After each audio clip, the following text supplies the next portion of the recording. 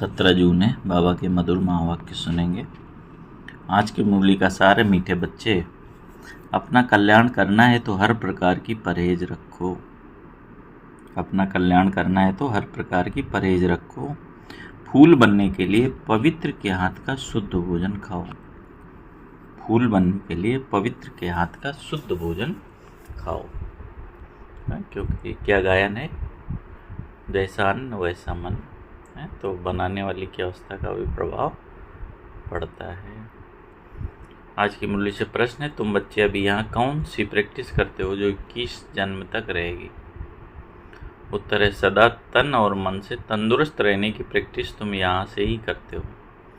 तुम्हें दधीच ऋषि मिसल यज्ञ सेवा में हड्डियाँ देनी है, लेकिन हठ योग की बात नहीं है ना। जैसे सचमुच में हड्डियाँ सौंपना, ये तो बाबा उदाहरण देते हैं दधीच की तरह कि अपना तन मन धन से समर्पण की बात है। अपना शरीर कमज़ोर नहीं करना है। तुम योग से 21 जन्मों के लिए तंदुरुस्त बनते हो, उसकी प्रैक्टिस यहाँ से करते हो, है ना। अभी संगम पर बाबा का ज्ञान मिलने के बाद हम जो ये अभ्यास करते हैं तन और मन से स्वस्थ रहने का, वही अभ्यास बावन बोला काम आता है। 21 जन्मों तक तुम्हारा तन और मन निरोगी रहता है। ओम शांति। कॉलेज अथवा यूनिवर्सिटी होती है तो टीचर भी स्टूडेंट की तरफ देखते हैं। कॉलेज यूनिवर्सिटी में क्या करते हैं, टीचर भी स्टूडेंट की तरफ देखते हैं। गुलाब का फूल कहाँ है, फ्रंट में कौन बैठे हैं, ये भी बगीचा है, परंतु नंबरवार तो है। यहाँ ही गुलाब का फूल देखता हूँ, फिर बाजू में रतन ज्योति कहाँ अग भी देखता हूँ। बागवान को तो देखना पड़े, उस बागवान को ही बुलाते हैं कि आकर इस कांटों के जंगल को ख़त्म कर फूलों का कलम लगाओ। तुम बच्चे प्रैक्टिकल में जानते हो कि कैसे कांटों से फूलों का सैंपलिंग लगता है। तुम्हारे में भी बहुत थोड़े हैं जिन बातों का चिंतन करते हैं। यह भी तुम बच्चे जानते हो कि वह बागवान भी है कि भैया भी है, सबको ले जाते हैं। फूलों को देख बाप भी खुश होते हैं। हर एक समझते हैं कि हम कांटों से फूल बन रहे हैं। नॉलेज देखो कितनी ऊंची है, इस समझने में भी बड़ी बुद्धि चाहिए। यह है ही कलयुगी नरकवासी, तुम स्वर्गवासी बन रहे हो। सन्यासी लोग तो घर बार छोड़ भाग जाते हैं, तुमको भागना नहीं है। बावन बोला, किसी किसी घर में एक कांटा है तो एक फूल है। बाबा से कई पूछते हैं, बाबा बच्चे की शादी कराएं। बाबा कहेंगे भल कराओ, घर में रखो, संभाल करो।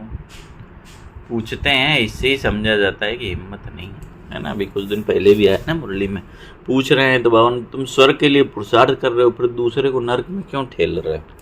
तो इसलिए बाबा ने आज भी कहा कि पूछते हैं, इसका मतलब हिम्मत नहीं है। तो बाबा भी कह देते हैं भल करो। कहते हैं हम तो बीमार रहते हैं, फिर बहू आएगी, उनके हाथ का खाना पड़ेगा। बाबा कहेगा भल खाओ, ना करेंगे क्या? सरकमस्टांस ऐसे हैं, खाना ही पड़े, क्योंकि मोह भी तो है ना। घर में बहू आई तो बात मत पूछो जैसे कि देवी आ गई, इतने खुश होते हैं। अब ये तो समझने की बात है कि हमको फूल बनना है तो पवित्र के हाथ का खाना है, उसके लिए अपना प्रबंध करना है। इसमें पूछना थोड़ी होता है। बाप समझाते हैं तुम देवता बनते हो, इसमें परहेज चाहिए। जितनी जास्ती परहेज रखेंगे उतना तुम्हारा कल्याण होगा। जास्ती परहेज रखने में कुछ मेहनत भी होगी। रास्ते में भूख लगती है तो खाना साथ में ले जाओ। कोई तकलीफ होती है, लाचारी है, तो स्टेशन वालों से डबल रोटी ले आओ। सिर्फ बाप को याद करो, इसको ही कहा जाता है योग बल। इसमें हठ योग की कोई बात नहीं, शरीर को कमज़ोर नहीं बनाना है। बाबा कितना सरल युक्ति बता देते हैं, लेकिन फिर कुछ मजबूरी में बाबा ने ब्रेड खाने को बोला है। फिर कुछ लोग शौक में खाते हैं कि बाबा ने तो छुट्टी दी है। बाबा ने कब छुट्टी दी है? कि जब मजबूरी है, कोई उपलब्ध और साधन नहीं है तब। तो बावन का हठ योग की बात नहीं, शरीर को कमज़ोर नहीं बनाना है। दधीची ऋषि मिसल हड्डी हड्डी देनी है, इसमें हठ योग की बात नहीं। ये सब है भक्ति मार्ग की बातें। शरीर को तो बिल्कुल तंदुरुस्त रखना है। योग से 21 जन्मों के लिए तंदुरुस्त बनना है, ये प्रैक्टिस यहाँ ही करनी है। बाबा समझाते हैं, इसमें पूछने की ज़रूरत नहीं रहती। यहाँ कोई बड़ी बात है उसमें मूंझते हो तो पूछ सकते हो। छोटी छोटी बातें बाबा से पूछने में कितना टाइम जाता है। बड़े आदमी बहुत थोड़ा बोलते हैं। शिव बाबा को कहा जाता है सदगति दाता। रावण को सदगति दाता थोड़ी कहेंगे, अगर होता तो उसको फिर जलाते क्यों? बच्चे समझते हैं रावण तो नामी ग्रामी है। बल रावण में ताकत बहुत है, परंतु है तो दुश्मन। आधा कल्प रावण का राज्य चलता है, परंतु कब महिमा सुनी है क्या? कुछ भी नहीं है। तुम जानते हो रावण 5 विकारों को कहा जाता है। साधु संत पवित्र बनते हैं तो उनकी महिमा करते हैं। इस समय के मनुष्य तो सब पतित हैं। भल कोई भी आए, समझो कोई बड़े आदमी आते हैं, कहते हैं बाबा से मुलाकात करें। बाबा उनसे क्या पूछेंगे? उनसे तो यही पूछेंगे कि रामराज और रावण राज्य कब सुना है, मनुष्य और देवता कब सुना है। इस समय मनुष्यों का राज्य है या देवताओं का, तो क्या कहेंगे? मनुष्यों का है ना। तो मनुष्य कौन और देवता कौन? देवता किस राज्य में थे? देवताएं होते हैं सतयुग में। यथा राजा रानी तथा प्रजा। तुम पूछ सकते हो कि ये नई सृष्टि है या पुरानी, तो क्या कहेंगे? नई है कि पुरानी है? पुरानी है। सतयुग में किसका राज्य था, अभी किसका राज्य है? चित्र तो सामने है। भक्ति क्या है, ज्ञान क्या है, ये बाप ही बैठ समझाते हैं। जो बच्चे कहते हैं बाबा धारणा नहीं होती, तो उन्हें बाबा कहते हैं अरे अल्प और बे तो बहुत सहज है। अल्प बाप ही कहते हैं कि मुझ बाप को याद करो तो वर्षा मिल जाएगा, है ना। पढ़ाई क्या है, ये भी है ना। आत्मा और बाबा। भारत में शिव जयंती भी मनाते हैं, परंतु कब भारत में आकर स्वर्ग बनाया? भारत स्वर्ग था ये नहीं जानते, भूल गए। तुम कहते हम भी कुछ नहीं जानते थे कि हम स्वर्ग के मालिक थे। अब बाप द्वारा हम फिर से देवता बन रहे हैं। समझाने वाला मैं ही हूँ। सेकंड में जीवन मुक्ति गाया हुआ है, परंतु इसका अर्थ थोड़ी समझते हैं। सेकंड में तुम स्वर्ग की परियां बनते हो, इसको इंद्र सभा भी कहते हैं। वह फिर इंद्र समझते हैं बरसात कर बरसाने वाले को। बरसात बरसाने वालों की कोई सभा लगती है क्या? इंद्र लठ, इंद्र सभा, क्या क्या सुनाते हैं, है ना। तो कौन से ज्ञान की वर्षा बाबा कर रहा है? तो यही इंद्र सभा है। आज फिर से पुरुषार्थ कर रहे हैं, पढ़ाई है। बैरिस्ट्री पढ़ते हैं तो समझते हैं हम कल बैरिस्टर बनेंगे। आज तुम पढ़ते हो, कल शरीर छोड़ रजाई में जन्म लेंगे, तो तुम भविष्य के लिए प्रारब्ध पाते हो। यहाँ से पढ़कर जाएंगे, फिर हमारा जन्म कहाँ होगा? सतयुग में। एम ऑब्जेक्ट है प्रिंस प्रिंसेस बनने की, राजयोग है। कोई कहे बाबा हमारी बुद्धि नहीं खुलती है, तो तुम्हारी तकदीर है, ड्रामा है, पार्ट ऐसा है, उसको बाबा चेंज कैसे कर सकते हैं? स्वर्ग का मालिक बनने के लिए सब हकदार हैं, परंतु नंबरवार तो होंगे ना। ऐसे तो नहीं कि सब बादशाह बन जाएं। कोई कहते कि ईश्वरी ताकत है तो सबको बादशाह बना दें, फिर प्रजा कहाँ से आएगी? ये समझ की बात है। इन लक्ष्मी नारायण का राज्य था, अभी तो सिर्फ नाम मात्र महाराजा महारानी है। टाइटल भी दे देते हैं, लाख दो देने से राजा रानी का लक़ब मिल जाता है, फिर चाल भी ऐसी रखनी पड़े। अभी तुम बच्चे जानते हो कि हम श्रीमत पर अपना राज्य स्थापन कर रहे हैं। वहाँ तो सब सुंदर गोरे होंगे। इन लक्ष्मी नारायण का राज्य था। शास्त्रों में कल्प की ओर लंबी लिख देने से मनुष्य भूल गए हैं। अभी तुम पुरुषार्थ कर रहे हो किस चीज का?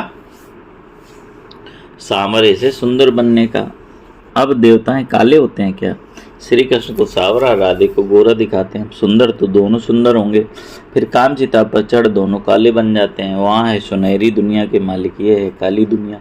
तुम बच्चों को तो एक अंदर में खुशी रहनी चाहिए और दैवी गुण भी धारण करने चाहिए। कोई कहते हैं बाबा बीड़ी नहीं छूटती है, बाबा कहेंगे अच्छा बहुत पियो। बाबा क्या कहेंगे? और पियो। पूछते हो तो क्या कहेंगे? परहेज में नहीं चलने से गिरोगे। खुद अपनी समझ होनी चाहिए। हम देवता बनते हैं तो हमारी चाल चलन खान पान कैसा होना चाहिए ना। बाबा मुरली में सब स्पष्ट कर देता है, इसलिए छोटी छोटी बातें पूछने की ज़रूरत नहीं है।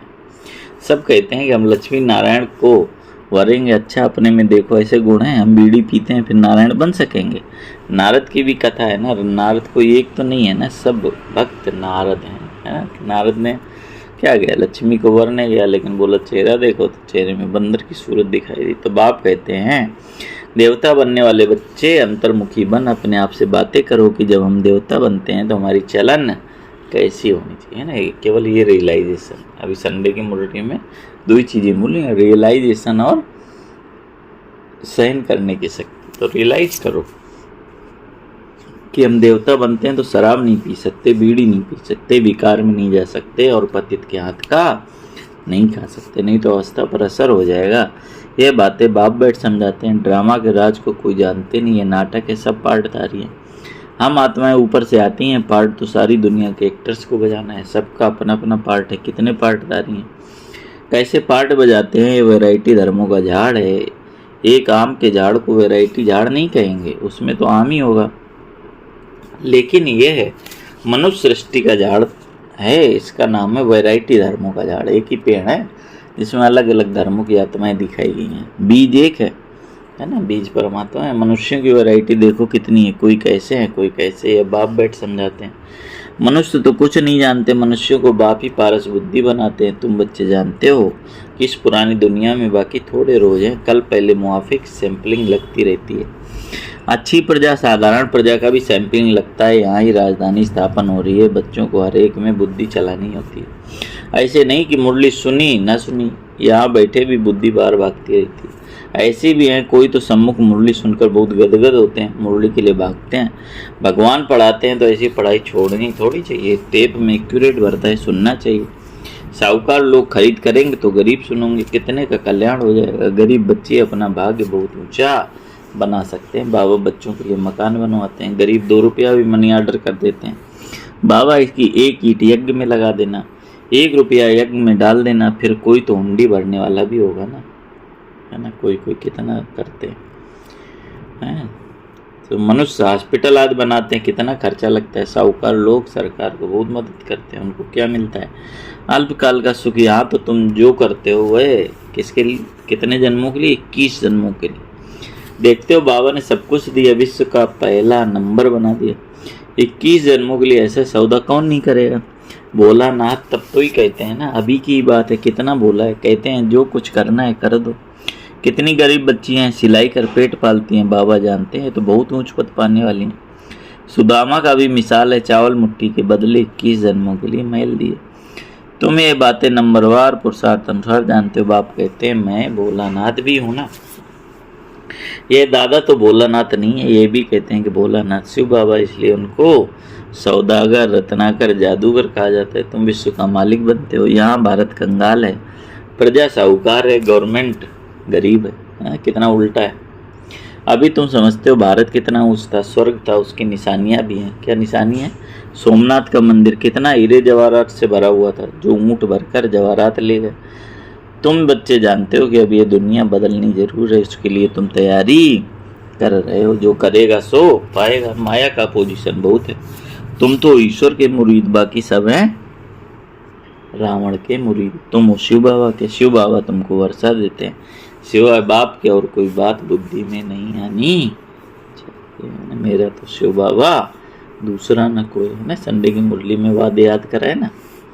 और कल बाबा ने बोला कि युद्ध का मैदान, माया से डरना नहीं तो और डराएगी। बाबा ने बोला, कल बोला था ना, क्योंकि तुम्हारा सिखाने वाला कौन है, उस्ताद कौन है ना। अच्छा, मीठे मीठे सिखलदे बच्चों प्रति माता पिता बाप दादा का याद प्यार और गुड मॉर्निंग। रूहानी बाप की रूहानी बच्चों को नमस्ते। हम रूहानी बच्चों की रूहानी बाप दादा को याद प्यार, गुड मॉर्निंग, नमस्ते बाबा, नमस्ते, शुक्रिया बाबा, शुक्रिया।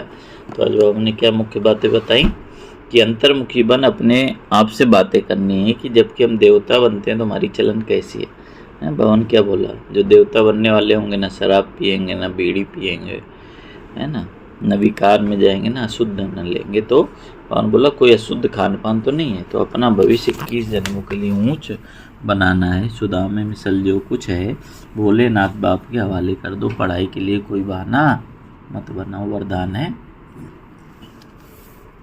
आदि और अनादि स्वरूप की स्मृति द्वारा अपने निजी स्वधर्म को अपनाने वाले पवित्र और योगी भव। आदि और अनादि स्वरूप की स्मृति द्वारा अपने निजी स्वधर्म को अपनाने वाले पवित्र और योगी भव। हमारा आदि स्वरूप कौन सा है? देवता स्वरूप। अनादि स्वरूप आत्मिक स्वरूप। उसकी स्मृति द्वारा पवित्र और योगी भव। ब्राह्मणों का निजी स्वधर्म पवित्रता है, अपवित्रता परधर्म है। जिस पवित्रता को अपनाना लोग मुश्किल समझते हैं वह आप बच्चों के लिए अति सहज है, क्योंकि स्मृति आई है कि हमारा वास्तविक आत्म स्वरूप सदा पवित्र है। अनादि स्वरूप पवित्र आत्मा है और आदि स्वरूप पवित्र देवता है।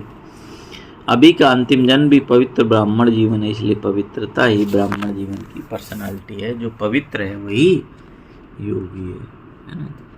जो पवित्र नहीं उसका योग यथार्थ लग नहीं सकता। इसलिए भगवान बोला जो पवित्र है वही योगी है। स्लोगन है, सहज योगी कहकर अलबेलापन नहीं लाओ, शक्ति स्वरूप बनो, है ना। सहज योग तो है, इसमें अलबेला नहीं होगा। अव्यक्त इशारे क्या है? आत्मिक स्थिति में रहने का अभ्यास करो, अंतर्मुखी बनो। कहा जाता है अंतर्मुखी सदा सुखी, उन्हें कोई बाहर के आकर्षण आकर्षित नहीं कर सकती। कभी मन मत कभी परमत आकर्षित नहीं कर सकती। अंतर्मुखी सदा सुखी रहने वाले सुखदाता के बच्चे मास्टर सुखदाता होंगे। अंतर्मुखी कैसे होंगे? सदा सुखी रहने वाले मास्टर सुखदाता होंगे, बाहर मुक्ता से सदा मुक्त होंगे।